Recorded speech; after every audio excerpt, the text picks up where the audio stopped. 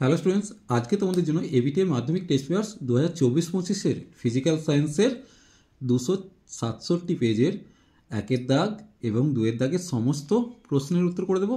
চলো তোমরা দেখে নাও। প্রথমে বিভাগ ক, বহু বিকল্পভিত্তিক প্রশ্ন। প্রতিটি প্রশ্নের নিচে 4টি করে বিকল্প উত্তর দেওয়া আছে, যেটি ঠিক সেটি লেখো। একের কোশ্চেন, নিচের কোন গ্যাসটি ওজোন স্তরকে ক্ষয় করে না? দেখো এখানের মধ্যে CO2 ওজোন স্তরকে ক্ষয় করে না।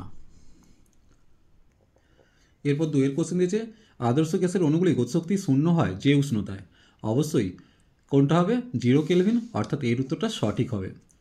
N2 গ্যাসের বাষ্প ঘনত্ব সমান বাষ্প ঘনত্বের গ্যাসটি হলো N2, মানে এর বাষ্প ঘনত্ব হচ্ছে 14, অর্থাৎ আণবিক গুরুত্ব কত? 28। তাহলে 28 কার হবে? এক্ষেত্রে সিওর 28 হবে, যার বাষ্প ঘনত্ব কত হবে? 14 আসবে। এরপর দেখে নেব তাপ পরিবাহিতার একক। এখানে উত্তর হবে calorie per second per cm per degree C. এরপর 5এর কোশ্চেন, কোন উত্তর লেন্সের ফোকাসের মধ্যে বস্তু থাকলে গঠিত প্রতিবিম্বটি হবে অসৎ এবং সমশীর্ষ এবং বিবর্ধিত, অর্থাৎ বিয়ের উত্তরটা সঠিক হবে। এরপর দেখে নেব কোন বর্ণের জন্য একটি লেন্সের ফোকাস দৈর্ঘ্য সর্বাধিক? অবশ্যই লাল বর্ণের জন্য হবে, কারণ লাল বর্ণের তরঙ্গ দৈর্ঘ্য বেশি, তাই ফোকাস দৈর্ঘ্য বেশি হবে। পরিবাহী রোধ ও সময় স্থির রেখে প্রবাহমাত্রা দ্বিগুণ করলে উৎপন্ন তাপ 4 গুণ হবে, কারণ আমরা জানি H ভ্যারিজাস I²। এটা যদি দ্বিগুণ হয় তাহলে H এর মানটা 4 গুণ বেড়ে যাবে, অর্থাৎ বির উত্তরটা সঠিক। এরপর দেখো ওহমীয় পরিবাহিক লেখচিত্র কোনটি? অবশ্যই ডি এর উত্তরটা কী হবে? মূলবিন্দুগামী একটা লেখচিত্র। এরপর 9এর কোশ্চেন, একটি আলফা কোণের নিউটন সংখ্যা? অবশ্যই 2টি। এরপর 10এর কোশ্চেন, কোনটি পর্যায়গত ধর্ম নয়? তেজস্ক্রিয়তা। এরপর 11 কোশ্চেন, নিচের কোন জোটটি সমযোজী বন্ধন তৈরি করে? এখানের মধ্যে সমযোজী বন্ধন তৈরি করবে কার্বন আর হাইড্রোজেন। 12টা তড়িৎ বিশ্লেষণ পদ্ধতিতে কপার বিশুদ্ধিকরণের সময় অ্যানোড হিসেবে ব্যবহৃত হয় কোনটি? বিশুদ্ধ কপার দণ্ড, অর্থাৎ এর উত্তরটা সঠিক। কোন গ্যাসের সংস্পর্শে সোডিয়াম নাইট্রোফোসাইড দ্রবণ বেগুনি হয়? অবশ্যই H2S, অর্থাৎ ডি এর উত্তরটা সঠিক। প্রদত্ত সংকর ধাতুগুলির মধ্যে কোনটিতে তামা থাকে না? স্টেনলেস স্টিলে কোনো তামা থাকে না। এরপর 15 কোশ্চেন, ভিনিগারে উপস্থিত কার্যকরী মূলক হচ্ছে? ভিনিগার মানে অ্যাসিটিক অ্যাসিড, অর্থাৎ COOH থাকবে, তাহলে এখানে সেই উত্তরটা সঠিক।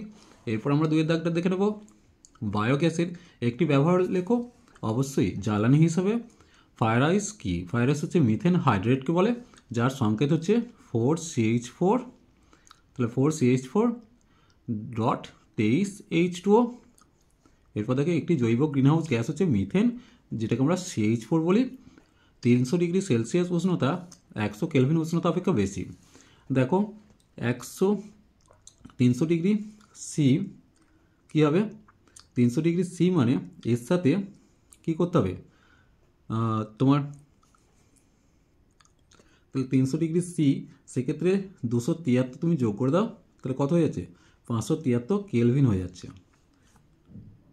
তাহলে কী হচ্ছে? 300 ডিগ্রি সিটা অবশ্যই 100 ডিগ্রি সি উষ্ণতা অপেক্ষা বেশি হবে, এটা সত্যতে আছে। PV = W/M। আরটি সমীকরণতে এম এর একক গ্রাম পার মোল, এটা বারবার পড়ছে গ্রাম পার মোল। এরপর দেখো কোন শর্তে বাস্তব গ্যাস আদর্শ গ্যাসের মতো আচরণ করে? উত্তর হবে উচ্চ উষ্ণতায় নিম্ন চাপে। উচ্চ উষ্ণতায় নিম্ন চাপে।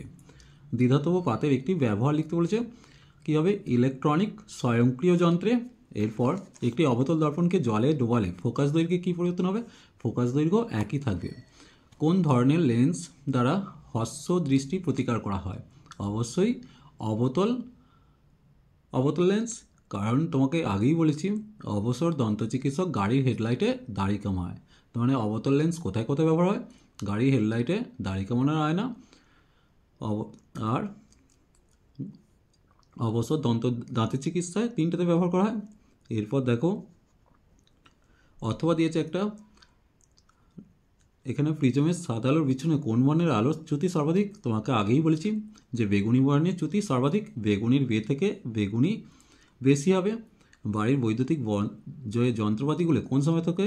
অবশ্যই সমান্তরাল সময়ে থাকে। ফিউজটা শ্রেণীতে থাকে, আর এটা যন্ত্রগুলো সমান্তরাল সময়ে যুক্ত থাকে। CFL বাল্ব ব্যবহারের একটি ক্ষতিকারক প্রভাব? অবশ্যই পারদ দূষণ ঘটায়। খেয়াল রাখবে পারদ দূষণ। ফ্লেমিংয়ের বামহস্ত নীতি প্রযুক্ত এমন একটি যন্ত্রের নাম? কী হবে?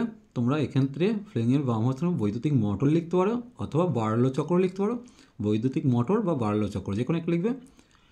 ইউ 92,238 থেকে বিটা কণা নিঃসরণের ফলে যে মৌলটি উৎপন্ন তার পারমাণবিক সংখ্যা। পারমাণবিক সংখ্যা কত? 92 আছে, এক্ষেত্রে 1 বেড়ে গিয়ে 93 হয়ে যাবে।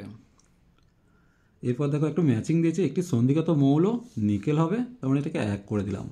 তৃতীয় পর্যায়ে সর্বাধিক জারণ ক্ষমতা সম্পন্ন মৌল অবশ্যই ক্লোরিন হবে, এটা 2 করলাম। স্টিলের উপস্থিত অধাতু কার্বন হবে, এটা 3 করলাম। কার্বন বিজারণ পদ্ধতিতে নিষ্কাশিত ধাতু হচ্ছে জিঙ্ক, এটা 4 করে দিলাম। জলীয় হাইড্রোজেন ক্লোরাইড অণুতে কোন ধরনের বন্ধন বর্তমান? যেহেতু জলীয় তাই এটা তড়িৎযোজী বন্ধন থাকবে। এরপর দেখো অথবা দ্বিতীয় তড়িৎ পরিবহন করলেও আয়নিত হয় না এমন একটি পদার্থের নাম। ধাতব পরিবাহী, লোহা লিখতে পারো, তামা লিখতে পারো ইত্যাদি। ধাতব পরিবাহী। তড়িৎ বিশ্লেষণ প্রক্রিয়ায় এসি তড়িৎ ব্যবহার করা যেতে পারে, সত্য মিথ্যা? এটা মিথ্যা হবে। অ্যামোনিয়া গ্যাসকে শুষ্ক করতে কোন পদার্থ ব্যবহার করা হয়? অবশ্যই পোড়াচুন মানে ক্যালসিয়াম অক্সাইড। বলয় পরীক্ষার দ্বারা কোন অ্যাসিডকে শনাক্ত করা হয়? অবশ্যই HNO3কে শনাক্ত করা হয়। অথবা দিয়েছে লেড নাইট্রেট দ্রবণ H2S চালনা করলে যে অধক্ষেপ পাওয়া যায় তার সংকেত লেড, যেহেতু নাইট্রেট তাহলে লেড সালফাইড অধক্ষেপ পড়বে। এরপর দেখো ক্যালামাইন কোন ধাতুর আকরিক? অবশ্যই জিঙ্কের আকরিক। N সংখ্যক কার্বন পরমাণুযুক্ত অ্যালকেনের হাইড্রোজেন পরমাণুর সংখ্যা, যেহেতু অ্যালকেন আমরা জানি CnH2n+2, তাহলে N যেহেতু হাইড্রোজেন কার্বনের সংখ্যা তাহলে হাইড্রোজেন কত হবে? 2n+2। এরপর দেখো এর আইপ্যাক নাম লিখতে বলেছে, কার্বন 1টা 2টো 3টে, তাহলে আমার প্রোপান, তাহলে কী কী আসছে? প্রোপান যুক্ত, যেহেতু অ্যালডিহাইড তাই অ্যাল কতটা আসছে, তার মানে এসে গেল প্রোপান্যাল। প্রোপান্যাল। চলো আজ এই পর্যন্তই। নেক্সট ভিডিও নিয়ে খুব তাড়াতাড়ি হাজির হবো। ভিডিওটি ভালো লাগলে লাইক শেয়ার কমেন্ট করো, পারলে চ্যানেলকে সাবস্ক্রাইব করে নিও। চলো টাটা, বাবাই।